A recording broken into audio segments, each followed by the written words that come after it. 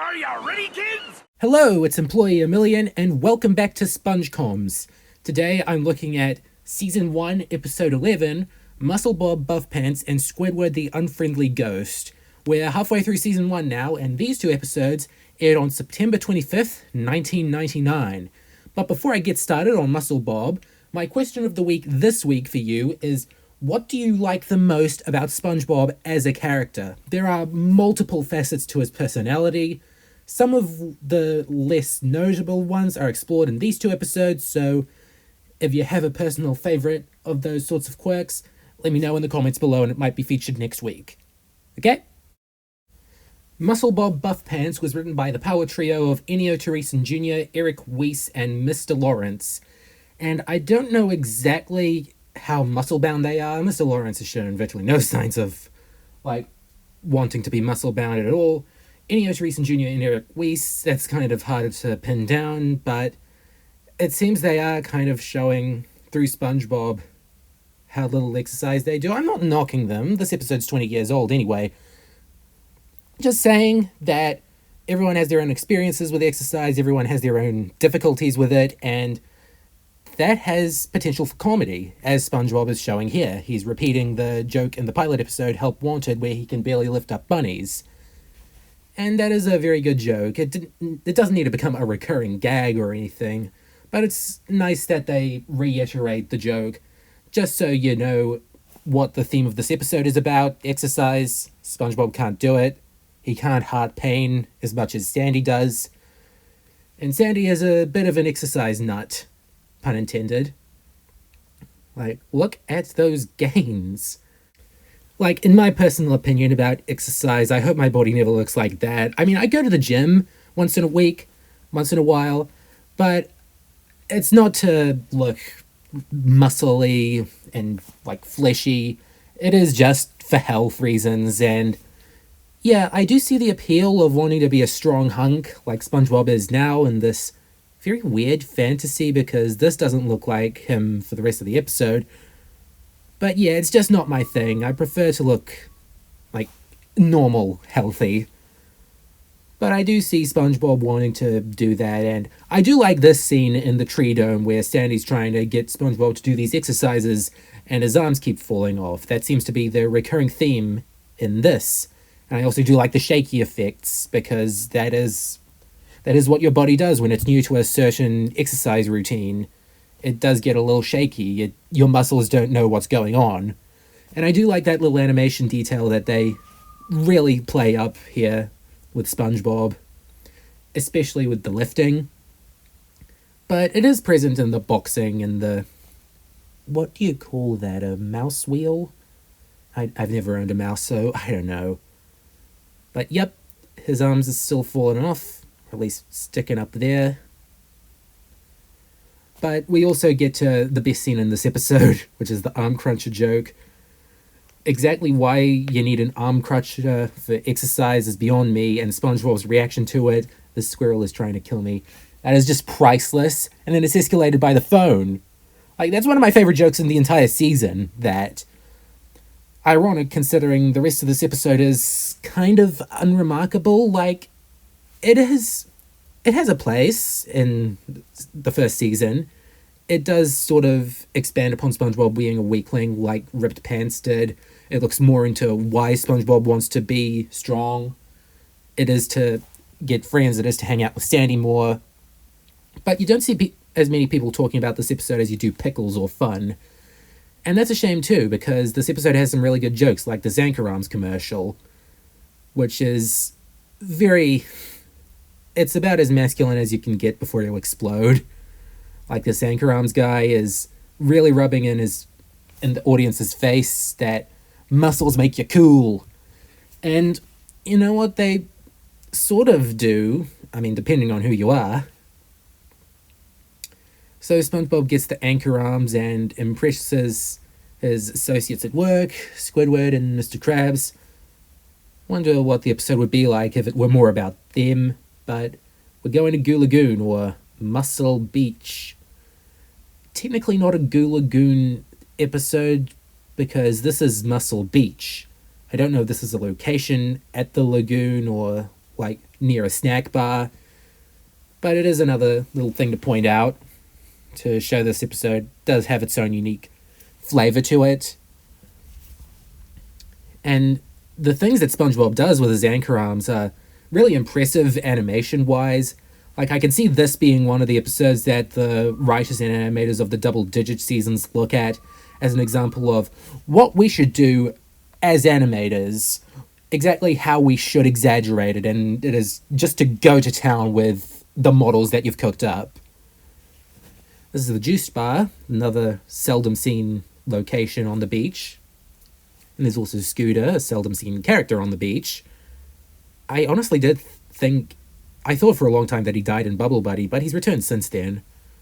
So anyway, SpongeBob's ego is really, really going all over the place. Like, I don't mind a little ego in SpongeBob. I don't mind him showing what he's got. And it is crushed pretty instantaneously due to the anchor arms. I honestly don't know if they've made him even weaker physically. And here's some good old reused animation with the reactions.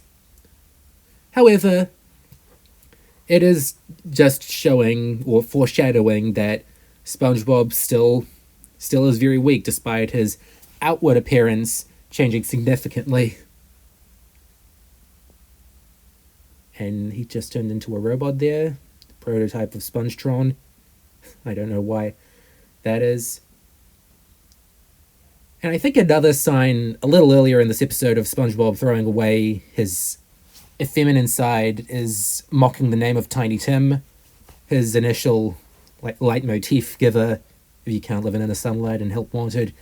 And I do kind of like the arm fart strategy of getting any exercise, because that is definitely a SpongeBob-ish thing to bring up. It's the only thing he knows how to do with his arms, as seen in Tea at the Tree Dome, except karate, which I think Sandy might have tried to teach him karate better after this episode. That's just my personal headcanon. You don't need a headcanon with SpongeBob, but what can you do? It's SpongeBob. You might as well have fun with it. And the writers did here, definitely, in the scene where Sandy is signing them up for the anchor toss competition. I don't know. I still don't know what an anchor toss is. Is that a real thing that underwater people do? But yeah, great comedic timing here. I do like it.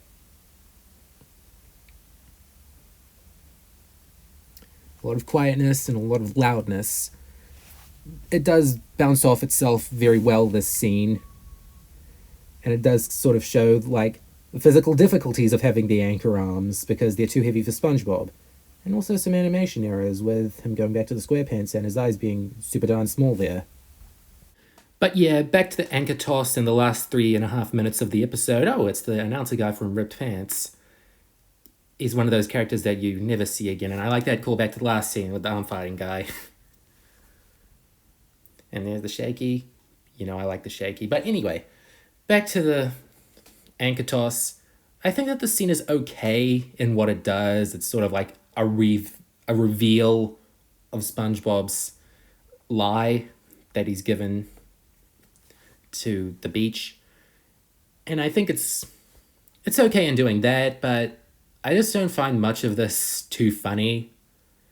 I mean, comedy is incredibly subjective, and I've talked about jokes already that I don't like, but this just doesn't seem too clever, honestly.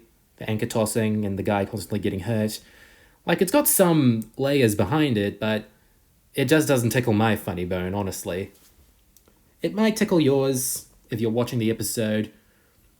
The only answer I got this week for Question of the Week was I watch it on my phone while I'm playing Xbox, or I listen to it on my phone. So I know that people who watch it alongside the episode aren't most common. However, I do recommend that you watch the episodes before or after you watch these, just so you have a good understanding of what I'm talking about, and so my opinion isn't the only identity that this episode has to you, because I do appreciate discussion of art especially cartoon episodes, which this channel is all about cartoons. But you can tell I'm getting a little pretentious because this ending just isn't much, honestly. SpongeBob pumps them up to jerk, and then they blow up in his face. And that's basically all I really have to say about this ending. That's about it. I do like the gag at the very end back in the tree dome, but this is just getting really ugly now. That's not my thing. But I do think that this episode overall is good. It does have a good dilemma for SpongeBob to go through, wanting to look strong, but then there's the trouble of being strong, and oh my god, the animators are really going to town here.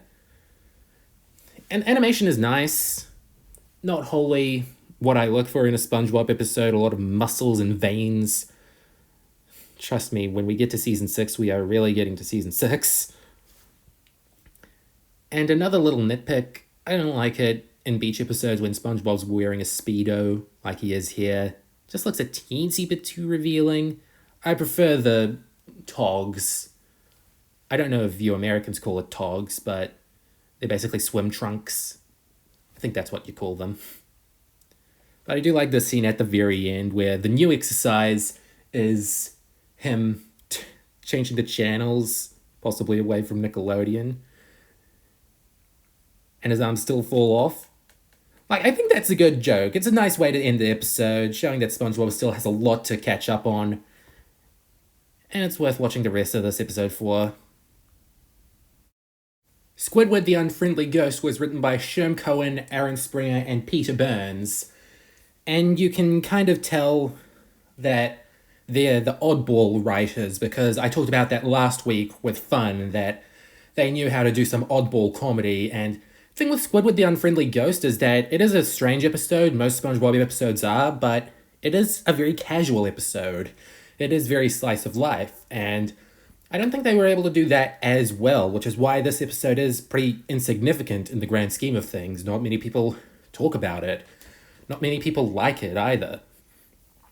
But there are some interesting things to talk about here, even if it isn't a great episode. Like this little bit here where SpongeBob blows bubbles, that's a G7 in part of his random game. G7 is a ukulele string, and the ukulele was Stephen Hillenburg's favorite musical instrument. I should slap myself for not bringing that up in Fun when a ukulele actually appeared. However, this random game does get this episode off to a confused start. It is pretty metaphorical for how SpongeBob and Patrick really don't know how to spend their time, and the writers really don't know how to crack their jokes, because this episode does go a lot of different places.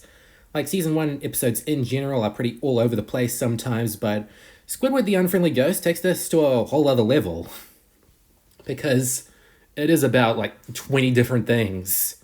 One thing every 30 seconds. At first it's about the game, then it's about SpongeBob and Patrick fixing Squidward's wax statue, thinking it's the real Squidward. It's like Hocus Pocus, but 1,000 times better. And Squidward has an elevator for some reason. Is that a joke? I don't know. Is it part of the absurdity of this? It's really hard to say. And SpongeBob and Patrick think that this wax figure of Squidward is the real Squidward, while the real Squidward is having a bath.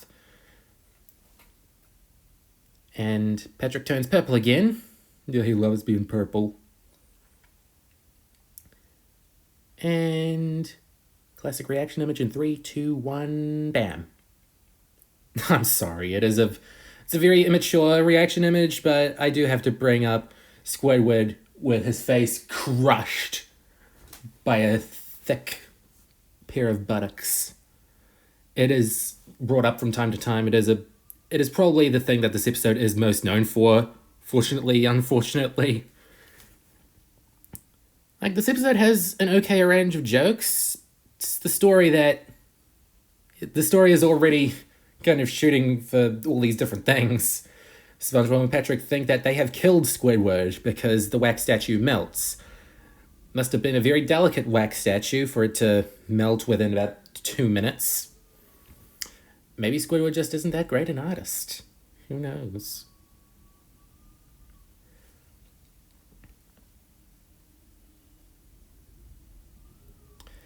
And yeah, I think that this is one of the first times on the show, if not the first time, that death is brought up. Like, sometimes they'll say stuff like, this is the end, but this is the first time, oh, and there's a new reaction image. Well, sorry, something that the Nickelodeon production office, like, turned into a vector for SpongeBob, him just clutching his mouth in fright. I don't know. I did see that from time to time growing up. But I didn't see this episode too much growing up. And really, as a kid, I really wasn't missing out on much. Like, I think that this is a decent episode. Like, it's alright for a laugh or two. And this misunderstanding makes a lot more sense than in Naughty Nautical Neighbors, which is why I prefer it a little bit over that one. And this episode has a bit of its own identity. That's what I'll give this episode, again, over Naughty Nautical Neighbors. With the ghost stuff, with the undead, with SpongeBob and Patrick thinking that they have killed Squidward. Like, this episode has things going for it, but the things that they focus on just aren't too funny.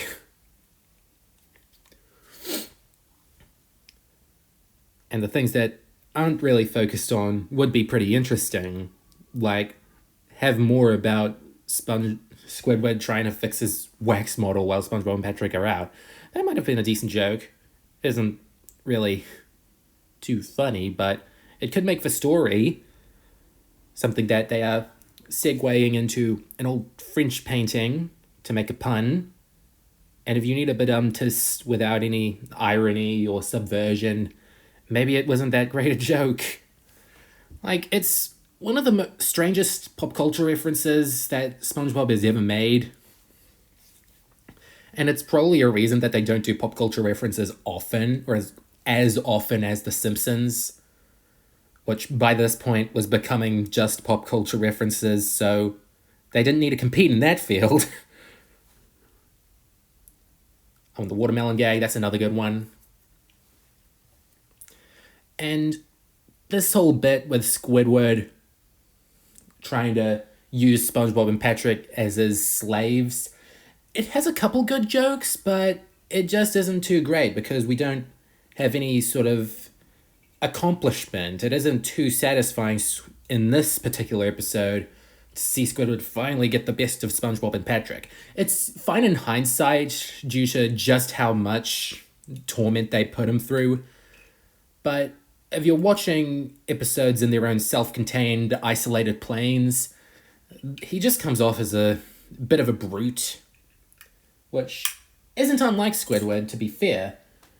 But on the other hand, it isn't the most compelling character trait of his. Again, they really could have gone with the art stuff. But yeah, SpongeBob fails to play on a tissue, play any complex instrumentation on a piece of tissue paper, but oh my god, does he get some retaliation in a couple months' time. He does get some retaliation.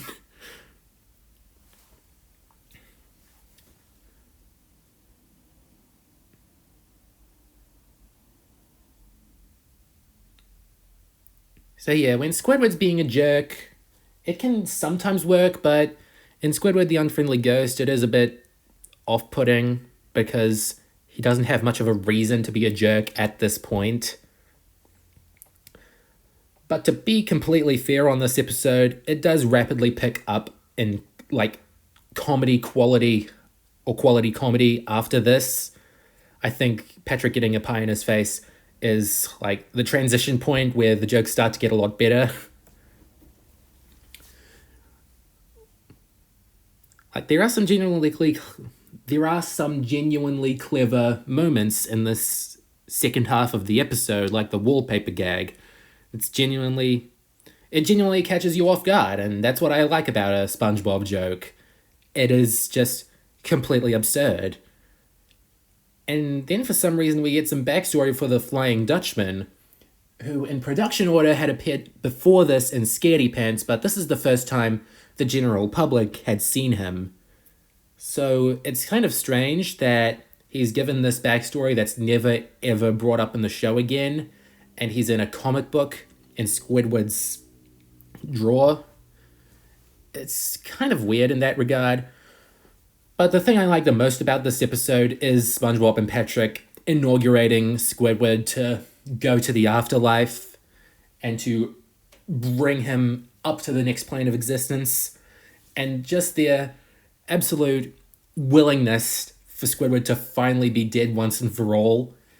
Like, that's pure SpongeBob naivete, and I do like that about this episode. Especially after this little bit. There's some great comedic timing. Not many people knew Squidward, and then he immediately screams. Oh, that's classic. And then the Horde of Mourners. I don't know why those many people knew him. He was just a lowly cashier in the middle of nowhere. But I digress. I think that this little bit where Squidward finally admits to SpongeBob, no, I've just been using you, and please, for goodness sake, stay away from me now. You're causing me a lot of stress. I think now is as good a time as any for him to be, like, serious and angry.